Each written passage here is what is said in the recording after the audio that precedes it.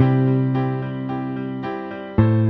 think there's been a realisation that us as educators are on that front line and we are known as essential workers. So from a public perspective, this is probably one of the first times in a long time that there's been that real value in what we do as educators. Hi there and welcome to the Pondering Dan podcast, where we talk all things teaching, education, pedagogy and technology. I'm your host Danny Summerall, and if you're new to the show, make sure you leave a review and share with your peers. Connect with me on Twitter, Instagram and YouTube at Pondering Dan, as well as at ponderingdan.com. So my guest today is Brian Host from Sydney, Australia. Brian is currently a Stage 3 classroom teacher, which is grades 5 and 6, collaboratively co-teaching in an innovative open classroom space with 112 students and 5 teachers. He's served as an ICT integrator and learning coach and regularly consults to schools and conferences on STEM and STEAM, technology integration, design thinking, and the use of social media for professional development. So welcome to the show today, Brian.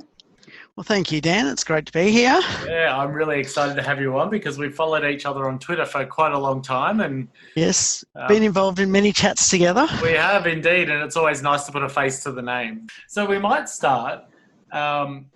Obviously, today's been a really big day in the news here in Australia about school closures.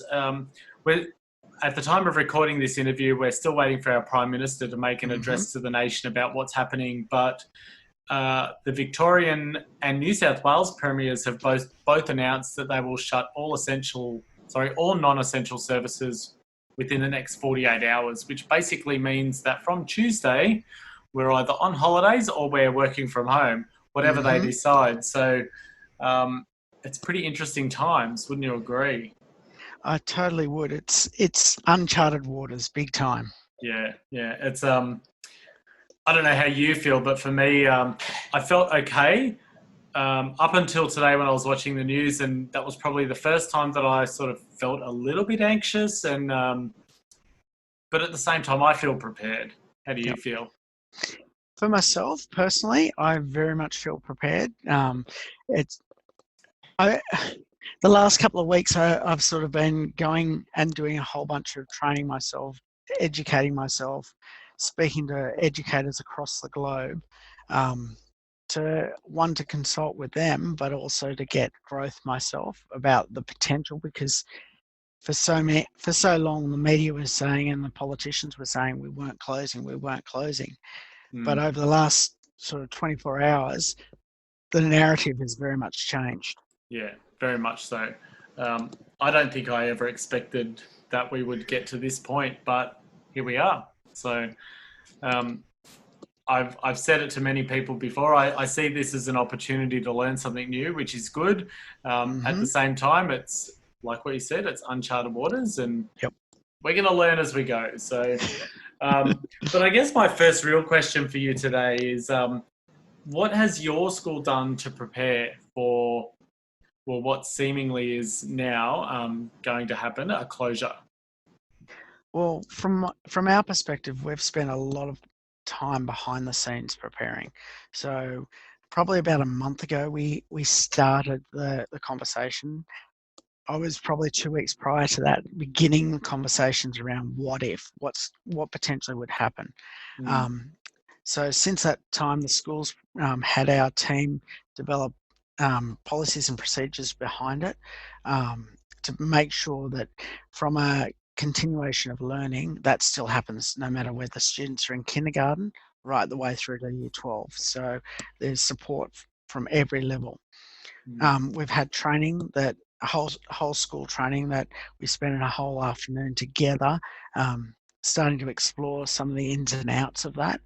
Then from my coach's role, I've spent pretty much the last fortnight, multiple afternoons working with at the shoulder of teachers, just training them on different products that are out there to support that. So whether it was Google Classroom or Seesaw or Google Meets, Zoom, a whole range of products that are out there that are designed Mm. to support students' learning. But many of the teachers haven't known how to use them in the past, or had turned up to a training session that had previously been done, and on their own admission, listened with one ear, let it go through the other ear, and went, "Oh, there's not going to be a great deal of use." But now they've discovered that within a week, they've had to upskill themselves so they can successfully do this. Yeah. And we're in the same boat, and I guess I'm in a similar role to you. And what I'm finding is that with a lot of things, while I know little bits about everything, I'm not proficient in everything. And so I feel like I'm about a day ahead of everybody else as far as Yep. knowledge goes. Is that what you're feeling as well? Probably a little bit more than a day, but yes, it's more just because each of the products that we're using are rapidly evolving and Yeah. getting pretty much daily updates to support us as educators. There's massive upskilling that we're all needing to do so that it is a smooth transition for students. Yeah. So what's the sentiment around the place from people that you've spoken with? It's been really mixed. There's some highly emotional educators that I've come across in speaking that have pretty much said, shut the schools now. If you don't Mm. shut the schools now, you're not going to be able to stop the spread. Where there's others that have been also able to see the perspective of, we have got an economy that we've got to keep jogging along, and if we pull the teachers out, we won't have the places to be able to support students who are sons and daughters of those essential workers. Yeah. So I think there's been a realization that us as educators are on that front line, and we are known as essential workers. So Mm. from a public perspective, this is probably one of the first times in a long time that there's been that real value on what we do as educators. Yeah. It'll be interesting to see what the sentiment with the general public is on education Yeah. during and after this crisis, because Yes.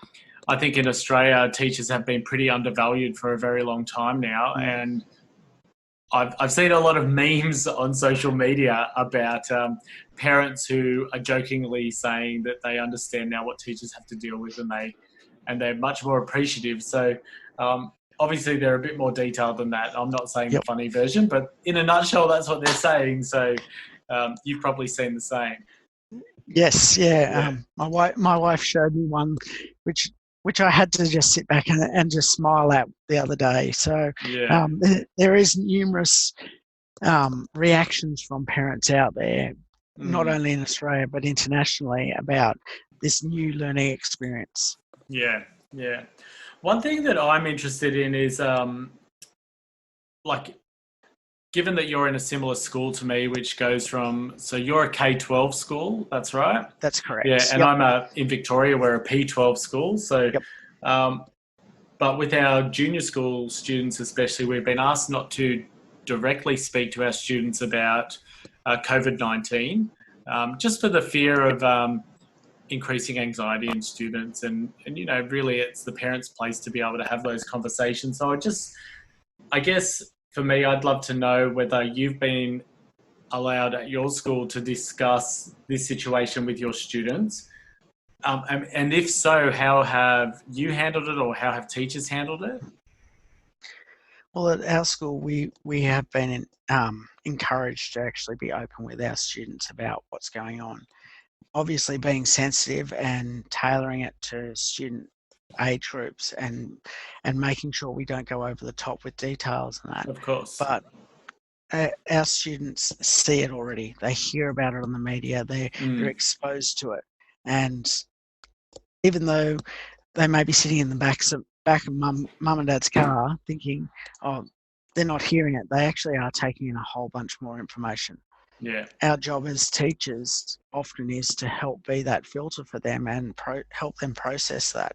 And Mm, we started speaking about that earlier last week where the students then, we gave the opportunity to students to ask their teachers feedback and ask their teachers questions that they had about the whole situation. In my home group that I have with my core group of students that I pastorally care for, we normally spend 20 minutes a day in home group time. We could have quite easily gone for 35, 40 minutes because the students were so interested in having their questions answered. Now, I'm not an expert, so I couldn't answer all those questions. There were questions that I had to then refer back to parents.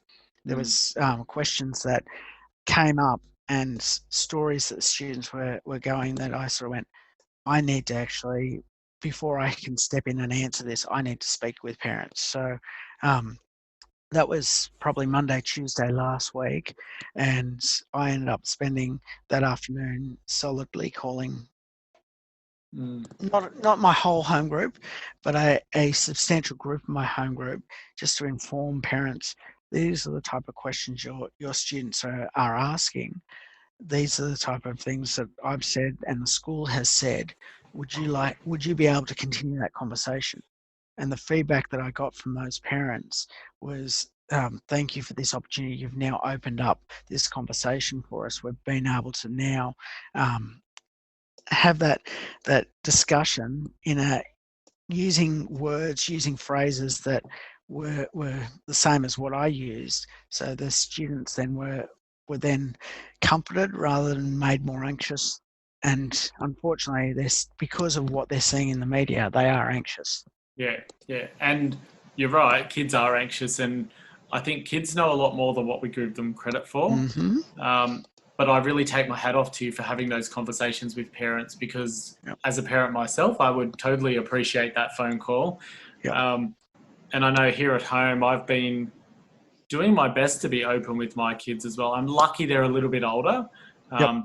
but even as young as prep, these kids, they can feel what's going on. Mm-hmm. They know that there's something up, and they might not understand it, but they can feel the anxiety, they can feel the stress, they feel the sentiment that's coming from other people. So I think it's important that we address it. And a prime example of that, I was talking to a year one student earlier this week, and they were really unsure of why they couldn't give their grandmother a hug. So the social distancing that we are as a nation applying, and not only us as a nation, other nations as well, unless students actually have a context for that, they completely they don't get it. So those conversations are so important. Yeah, absolutely. I totally agree. Thinking about now as your role as a coach in your school, so what sort of things have you been doing to support your teachers to get through this? Well, last Monday, we were meant to have an excursion, or an incursion, I should say. That got cancelled. So my head of junior school turned around to me and said, "This is the potential of what could happen. You understand this. I'm not going to put you back on class. I want you to use your day in whatever way you feel best to use it, and actually start supporting the teachers, start doing that professional development, set whatever up that you feel you need to set up so we can be successful."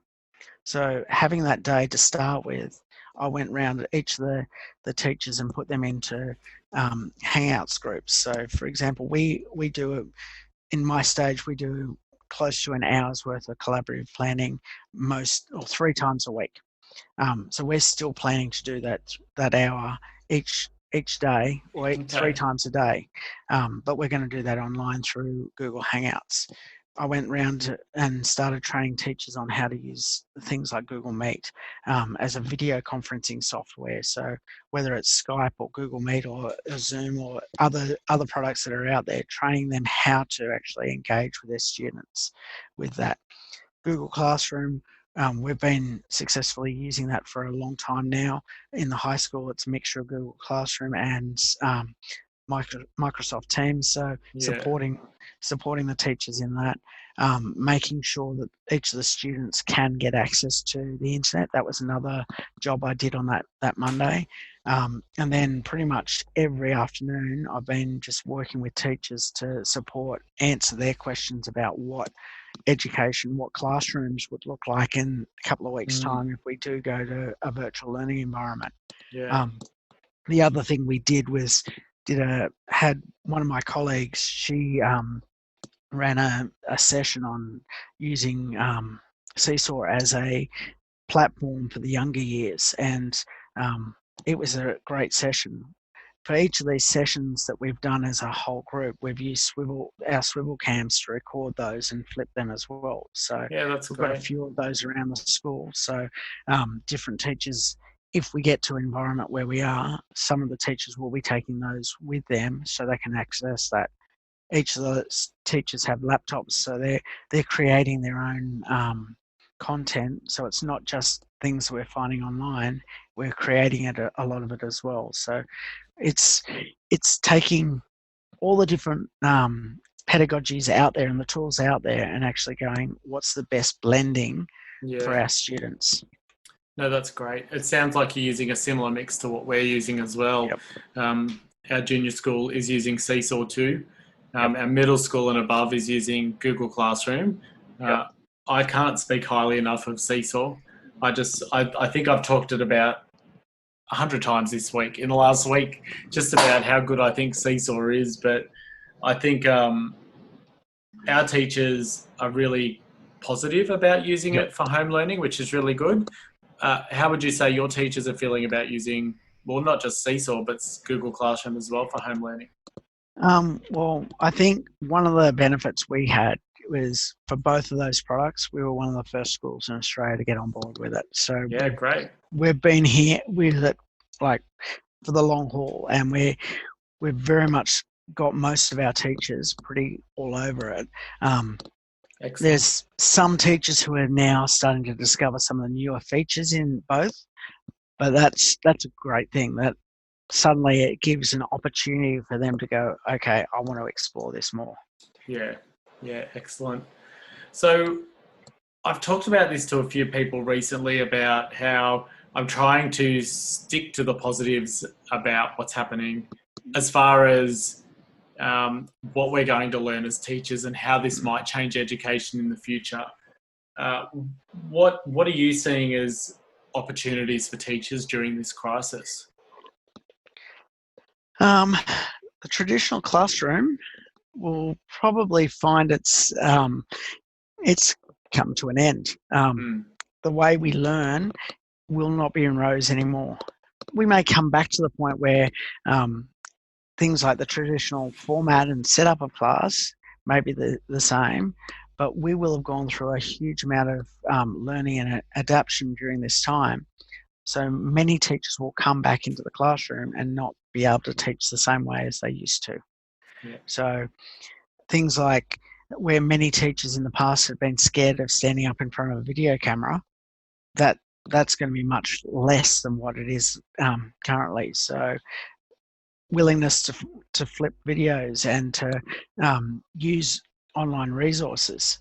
This potentially will be the only way we can actually communicate to our students for a period of time. So suddenly we're all upskilling in that area. We're going to have to go through processes of design thinking to map out how this is going to look. So I know that's very much within the Australian curriculum design thinking, but a lot of teachers from conversations that I've had across New South Wales and across Australia still don't fully understand what design thinking is because they haven't had a major problem that they've had to apply it to. I would say this is the most significant problem that we as educators have faced probably in history. Absolutely. Yeah, I agree. I'm really surprised with a lot of the teachers that I've seen as not really embracing technology, really going gung-ho for, wow, I need to change right, and I need to change now. And and it's that whole diffusion of innovation sort of model, and you're seeing all these laggards who are just jumping over the top and they want to be the innovators now because they all of a sudden realise that they can't be left behind in this. It's a fight for survival, really, if they don't. And they're discovering the potential of things. They're going, hey, I can now see how this can work in a bigger picture. And because we've been so focused on our own little worlds, our own classrooms for so long, we've missed that opportunity to see the bigger picture. And now the world is pretty much been flipped on its head. So we are seeing the bigger picture and we're going, okay, we need to embrace and connect rather than isolate ourselves. And yes, we're going into a self-isolation time, but we've got to use other tools to make sure we don't end up becoming lonely. Yeah, absolutely. I agree. It's as I don't even know what the word is. It's frightening to think of what's happening in the world, but at the same time to focus on these opportunities and the positives that come from it is probably what's getting me through the most. And I know a lot of teachers think the same at the moment. You know, they're really trying to do new things, and that's helping them focus on positives rather than the negatives that are happening. So, Well, I got an email earlier on this afternoon from one of my colleagues who was just so excited that they had successfully been able to do multiple video conferences with people that were in their world, that they were like, I didn't realize I could even do a video conference. So it was pretty cool to get those messages, and just teachers that are trying new things. It's exciting. Yeah, it is exciting. I've actually had a few Facebook messages today from teachers at my school, which was unexpected. And it's nice that they're reaching out to try and find different ways to do things. So I'm excited for that aspect of it. So, but I'm so glad that you were able to share your experiences today, Brian. It's Thank you. That's okay. I think it's really important that we share these with the world because, like you said, we're going through unprecedented times. There's things we don't know. There's things we're feeling our way through. And I'm a really big believer that talking through our problems can help a lot. And I think, you know, as someone like yourself that's also very involved online in different networks, I guess we value, you know, how much we can learn from other people. And I guess that's my hope from this meeting now, is that other people can take this and maybe, even if it just boosts their confidence, you know, that's great. You know, maybe we'll teach one teacher something new, which is brilliant.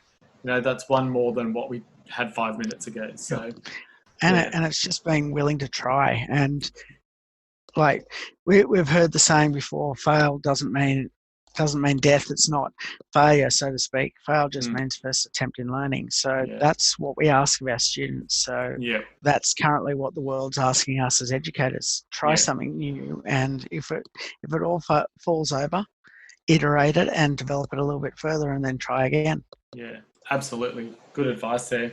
So I really want to thank you, Brian, for being part of the podcast today.